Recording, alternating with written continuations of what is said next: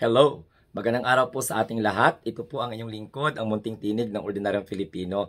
So, once again, welcome po sa ating Munting Tinig channel. Kung kayo ay bago sa ating channel, huwag kalimutan mag-like, share, and subscribe. And of course, don't forget also to click the notification bell para ma-update kayo at ma-notify kayo every time na mayroon tayong activity dito po sa ating channel.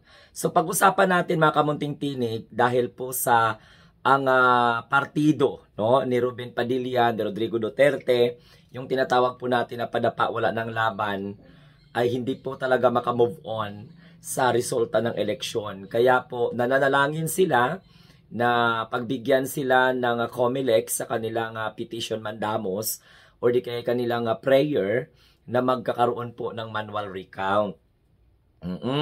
Pagkatapos, ipapanalify yung mga resolusyon gawa ng Commission on Elections. Ako naman, to be honest sa inyo, wala akong problema sa mga ganyan bilang ordinaryong tao. Ang atin lang dito ay pinapaliwanag lang natin na ano ba yung gusto mangyari ng partidong PDP laban.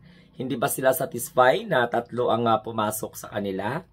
Gusto siguro ng mga taga-PDP, yung partido ni Robin Padilla na kung saan ay pinamumunuan na ngayon ni Baste, talagang 12 siguro na mga senador ang makaupo mula po sa kanilang partido.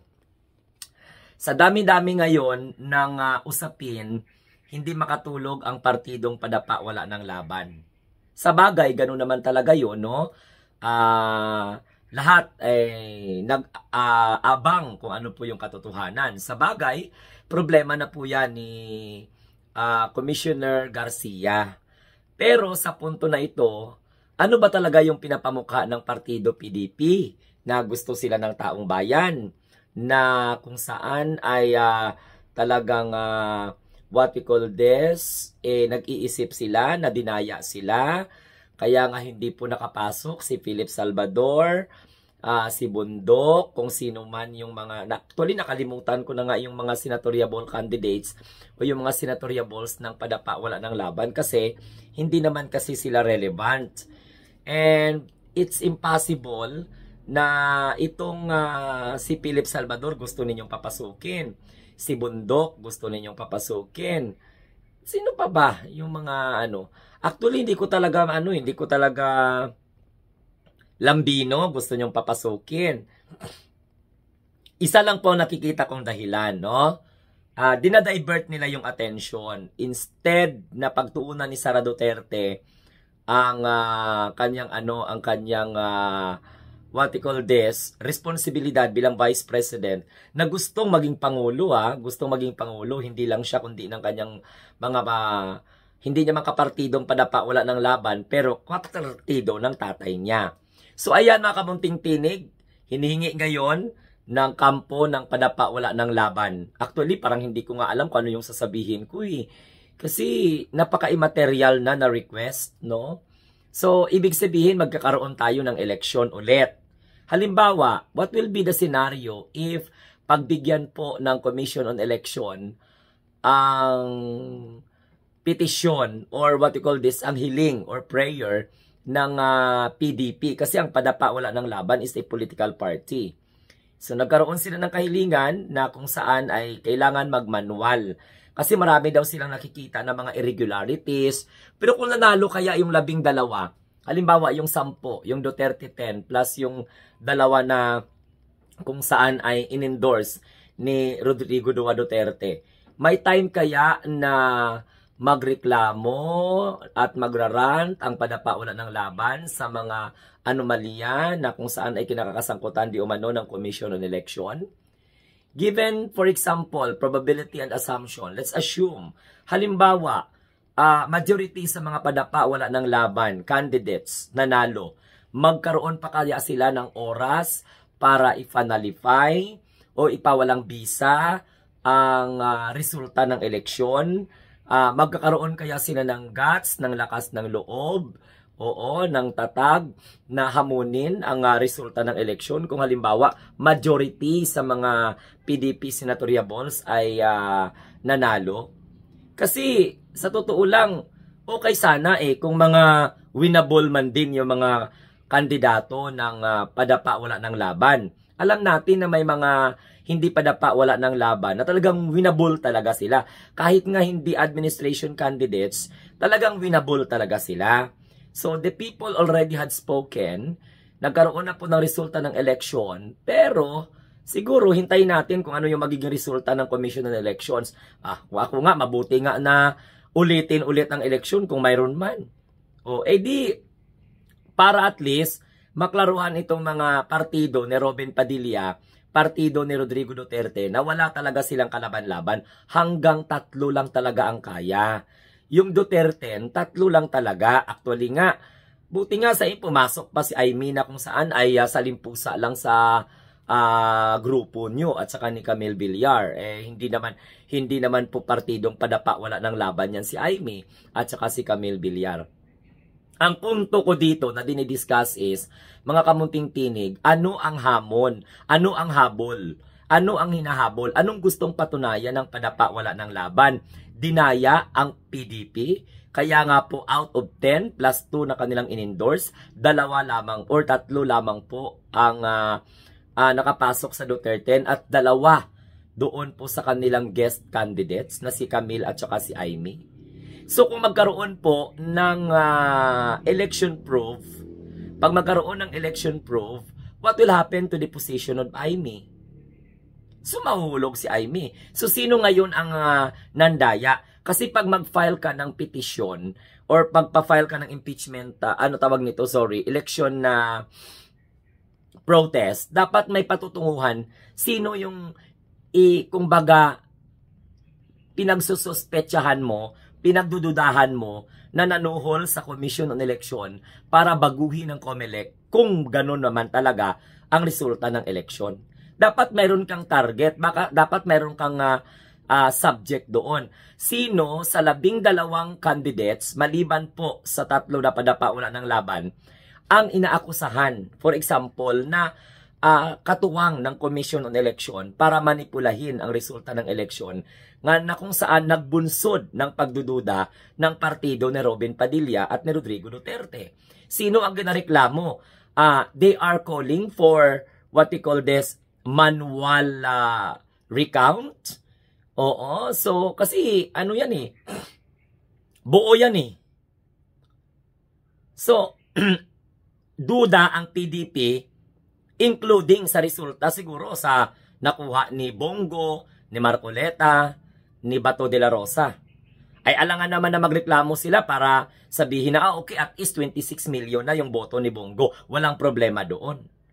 Kasi obvious naman sino ang nandaya. Yun ang gusto na patunayan ng padapa wala ng laban. Kaya nga dapat sa Commission on Election, aksyonan nyo na yan. No, para naman sa galon matamimi itong mga taga-PDP. No, para magastusan din sila ng pera kasi marami silang pera Kasi pag mag-election protest ka, maraming pera ang kailangan mong ibubuhos. Ang tanong dito is, duda sila sa resulta ng senatorial election.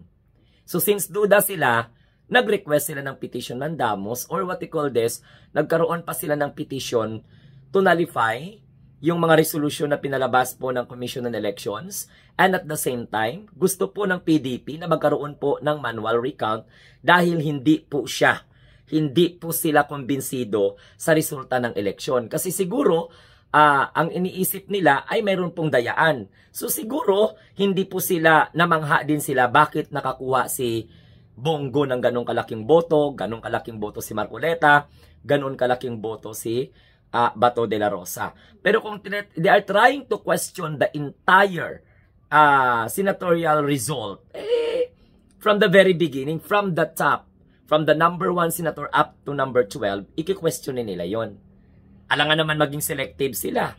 O ngayon, they project that they are a hero na gusto nilang patunayan na talagang sangkot ang Commission on Election sa dayaan. Ang tanong, sino sa mga senatoriables ang nanalo na kumakausap, may koneksyon sa Commission on Election para kahit na hindi po sila karapat-dapat manalo, nanalo po sila. So sino ngayon ang pinagdudahan ng PDP laban? Alangan naman na mandaya ang Commission on Election, walang intervention from those who are willing to, what they call this, change the result of the election. in dispense of money. Tama? Alangan naman na gagawin ko. For example, kung mayroong dayaan, gusto ng COMELEC mandaya, alangan naman na walang uutos sa COMELEC. So ngayon, ang gusto po siguro patunayan ng PDP na kung sino ang nasa likod ng dayaan at sino ang nasa likod ng pagmamanipula ng resulta ng eleksyon na kung saan sinunod po ng COMELEC. Kasi yun ang gustong ipalabas ng PDP eh. Kasi it's unfair na sabihin mo, okay sige, ganito, hindi po maganda yung resulta ng eleksyon dahil 3 lang out of the 13. Tapos kukwestiyonin ninyo yung resulta ng eleksyon. So yan po mga kamunting tinig, yan ang gustong patunayan ng mga kampo ni Rodrigo Duterte, ang PDP laban. So bring it on, Commission on Election, aksyonan nyo to para nang sa ganun ay malaman. Kung nakadepende na yan sa Commission on Election kung paano po nila aksyonan yung kung saan petisyon ng PDP na magkaroon po ng recount. O di, gagastos naman ng gobyerno, so be it. Diba? Ganun naman talaga yan. Pero ang tanong dito, nagdududa ang PDP na may nagmanipula ng resulta ng eleksyon. Kasi hindi po sila magrereklamo kung wala silang intensyon na manalo ang lahat ng Duterte. Plus yung kanilang dalawang in-endorse. Ganun naman talaga yung punto de vista doon.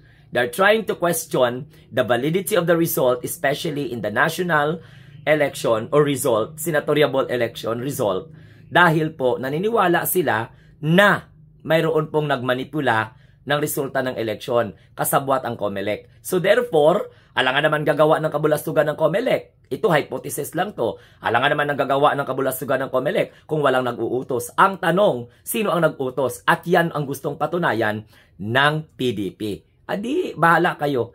Basta, binabalita ko lang sa inyo mga kamunting tinig na gusto pong magkaroon ng manual recount ang PDP. Okay? Nag-request sila, nag-prayer sila sa Commission on Election. Abangan natin, magiging final bang resulta? Aksyonan ba ng COMELEC? Magkaroon ba ng special election? Not only from the winning or not only from the kundi dapat in the entire na talaga. Kasi gusto man.